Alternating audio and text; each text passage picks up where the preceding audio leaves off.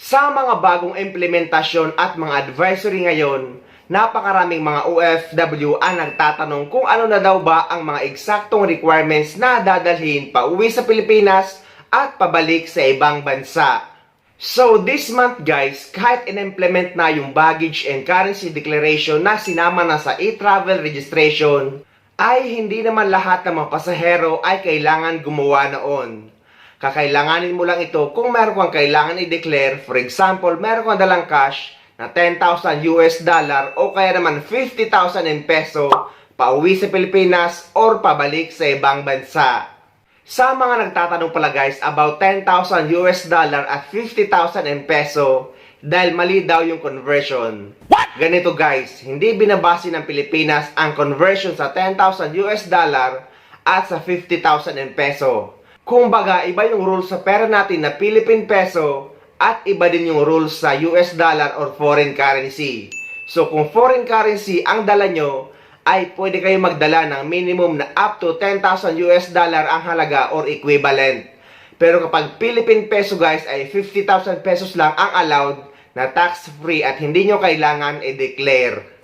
Tungkol naman pala sa mga goods or mga laman ng maleta nyo guys na pwede nyo dalhin sa Pilipinas, ay pwede kayo magdala ng amount na 150,000 peso pauwi sa Pilipinas. At pwede kayo magdala nito or magpadala sa Pilipinas ng 3 times ng amount na ito within calendar year. Meaning guys, pwede kayo magdala ng 3 beses sa loob ng 1 taon na nagkakahalaga ng 150,000 in peso. Basta guys, hindi ito in commercial quantity or hindi intended na ibenta. Dahil guys, kung ipambebenta nyo ay kailangan nyo ito i-declare at kailangan nyo magbayad ng karampatang tax or buwis. Pwede din kayo magdala ng 2 rim ng sigarilyo at ng 2 boteng alak na hindi lalampas yung amount sa 10,000 pesos. At ito ay tax-free. So kung wala naman kayo kailangan i-declare ay huwag nyo na itong problemahin. I-click nyo lang yung close after nyo makapag-register sa e-travel arrival card pauwi sa Pilipinas. At i-screenshot nyo lang ito at ready to go na kayo. Ano na nga ba ang mga requirements na kailangan dalhin pauwi sa Pilipinas at pabalik sa ibang bansa sa kabila ng mga ipinapatupad na rules or mga advisory? So, ito ang mga requirements na kailangan nyo dalhin pauwi sa Pilipinas. Actually, dati lang din naman. Dahil kagaya ng sinabi ko na hindi naman lahat ng mga pasahero or ng mga OFW ay kailangan gumawa ng baggage and currency declaration. Pwede na lang kung meron kang kailangan i-declare. So number 1, ang inyong e-travel arrival card green QR code. Number 2, ang inyong passport. Number 3, ang inyong ticket. Pero kung isa kang OFW na magfufurgod na sa Pilipinas ay dapat meron kang dalang final exit visa kung manggagaling ka sa bansang Taiwan or sa bansang Saudi Arabia. Pero kung nandito naman sa United Arab Emirates ay kailangan mo lang ng proper visa cancellation or cancellation paper. Pero kung babalik pa kayo sa inyong employer kagaya sa Saudi Arabia ay dapat meron kayong exit at re-entry visa. Sa Taiwan naman ay may bago ngayon na multiple entry visa kaya iba na sa kanila guys. Basta dala nyo ang inyong ARC ID or yung residence ID nyo dyan sa bansang Taiwan. Pero sa mga OFW naman na nasa Taiwan ay mostly ay hindi naman nagkakamali sa mga requirements pauwi sa Pilipinas dahil meron silang tinatawag na broker na nag-aasikaso sa kanila kapag magbabakasyon sila sa bansa natin. Hindi kagaya sa ibang bansa na kayo mismo ang aalam ng mga latest update or ng mga requirements kapag uuwi sa bansa natin kapag magbabakasyon o kaya naman kapag magpapa-verify ng kontrata sa Polo Office kung saan bansa kayo nagtatrabaho. Sa mga OFW naman na may mga employment changes, take note na huwag kayong uuwi sa Pilipinas na walang dalang Polo verified contract para hindi kayo magkaproblema sa Pilipinas lalo na kapag pabalik na kayo sa ibang bansa. At sa mga nandirito naman sa United Arab Emirates na walang nakukuhang appointment slot online, ay allowed naman kayo mag-walk-in sa Polo Dubai at sa Polo Abu Dhabi 1 day bago ang flight nyo pauwi sa Pilipinas. Dalhin nyo lang ang inyong ticket at ang kumpletong requirements. So, ito ang mga OFW na kailangan magpa-verify ng kontrata kapag uuwi sa Pilipinas. Number 1, yung mga OFW na galing sa visit visa na naging employment visa sa ibang bansa. Number 2, yung mga nag-change employer. Number 3, yung mga nag-change job site. Number 4, yung mga nag-change company name kahit pareho pa rin ang owner. Number 5, yung mga OFW na nag-change position. Number 6, yung mga OFW na napalitan ang kanilang apelyido sa kanilang passport, visa at sa kontrata. At ang best example dito is yung mga babae na nag-change ng marital status from single to married na napalitan yung kanilang apelyido sa kanilang mga dokumento. Required kayo magpa-verify ng kontrata sa ibang bansa or sa polo office kung saan bansa kayo nagtatrabaho bago kayo uuwi sa Pilipinas para hindi kayo makaproblema sa pagkuha nyo ng inyong UEC. And take note ulit na walang contract verification sa Pilipinas. Lagi yan manggagaling sa polo office sa bansa kung saan kayo nagtatrabaho. Dahil maraming OFW ang umuwi na walang dalang polo verified contract, lalo na yung may mga employment changes sa pag-aakala na may contract verification sa Pilipinas. So, ang ending ay nagkakaproblema sila sa pagkuha nila ng kanilang UEC. So, kapag may employment changes kayo guys, gaya sa mga nabanggit ko, ay sa ibang bansa pa lang bago kayo uuwi sa Pilipinas para sa inyong bakasyon, ay required kayo magpa-verify ng kontrata para iwas problema sa Pilipinas. Pero sa mga exempted na sa UEC, meaning yung mga OFW na dati na may UEC at babalik sa parehong employer, na walang any employment changes or yung dati na nakapag-verify ng kontrata at nakakuha na ng UEC, ay hindi nyo na kailangan pa ng bagong contract verification dahil pwede na kayong mag-acquire ng UEC exemption sa website ng PAPSBAM nyo. Lagi nyo lang dadalhin ang inyong printed contract kapag uuwi kayo sa Pilipinas just in case man hanapin ito. Pero hindi naman ito madalas hinahanap sa immigration. So, kailangan nyo lang mag-acquire ng UEC exemption sa inyong PAPSBAM account na meron akong video tutorial na ilalagay ko sa description ng video na ito. At sa mga hindi naman marunong mag-acquire ng UEC exemption online, ay pwede naman kayo sumadya sa pinakamalapit na POA office sa lugar nyo o kaya naman ay dumaan kayo sa POA desk na matatagpuan nyo sa loob ng NAIA at bukas sila 24/7. At pwede kayo magpa-print ng UEC exemption sa kanila.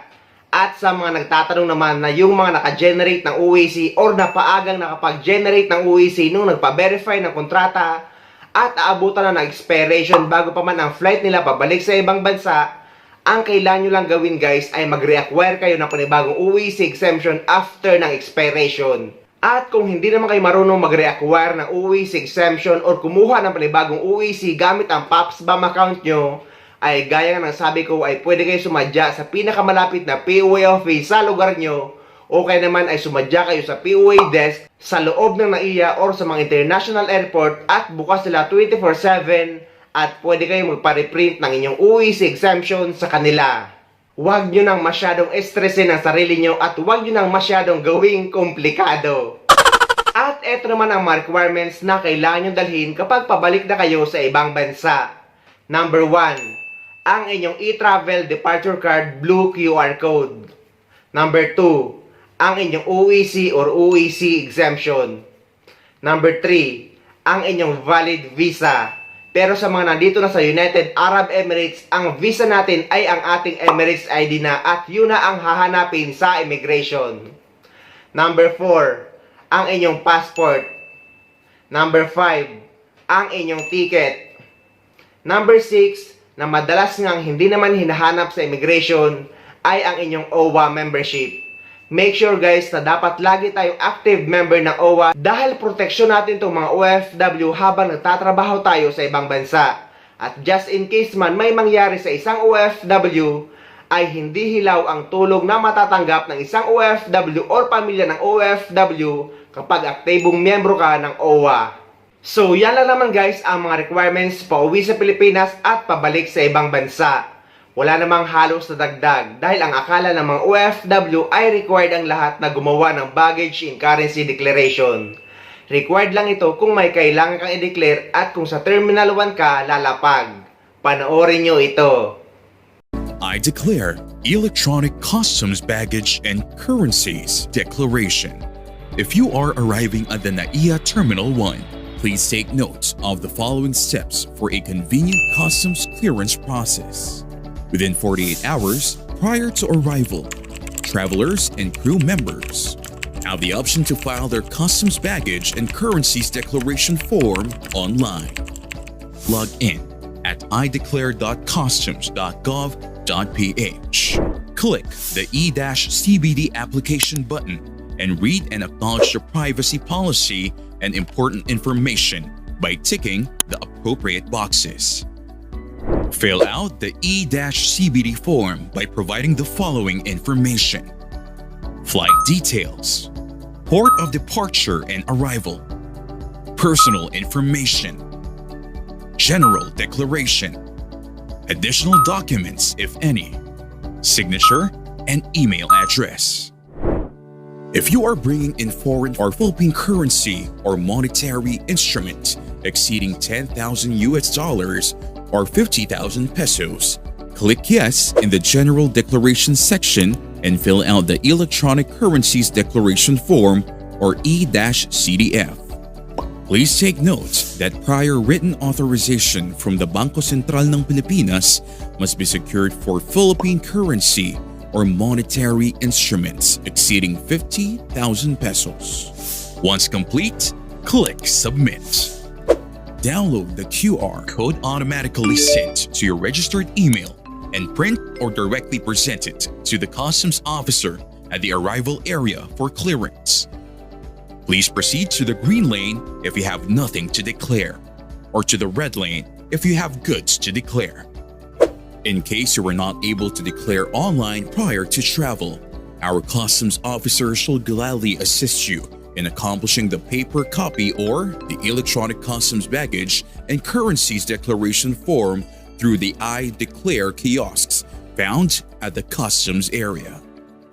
Sa mga hindi naman marunong mag-register sa e-travel arrival card at sa e-travel departure card, ay meron akong mga video tutorial na ilalagay ko sa description ng video na ito para hindi na kayo magkamali at para may guide kayo. At para hindi kayo mapunta sa website na nanghihingi ng bayad.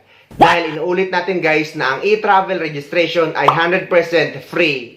Wala kayong babayaran ni piso. So ayun guys, sana may nakuha kayong idea at sana nakatulong ang video na ito sa inyo. At sa mga hindi pa dyan nakasubscribe sa channel ko, please don't forget to subscribe my YouTube channel. Please click the notification bell para lagi kayo updated sa mga upcoming videos na gagawin ko tungkol sa mga updates sa ating mga OFW. Mula dito sa Dubai, maraming salamat. See you next time.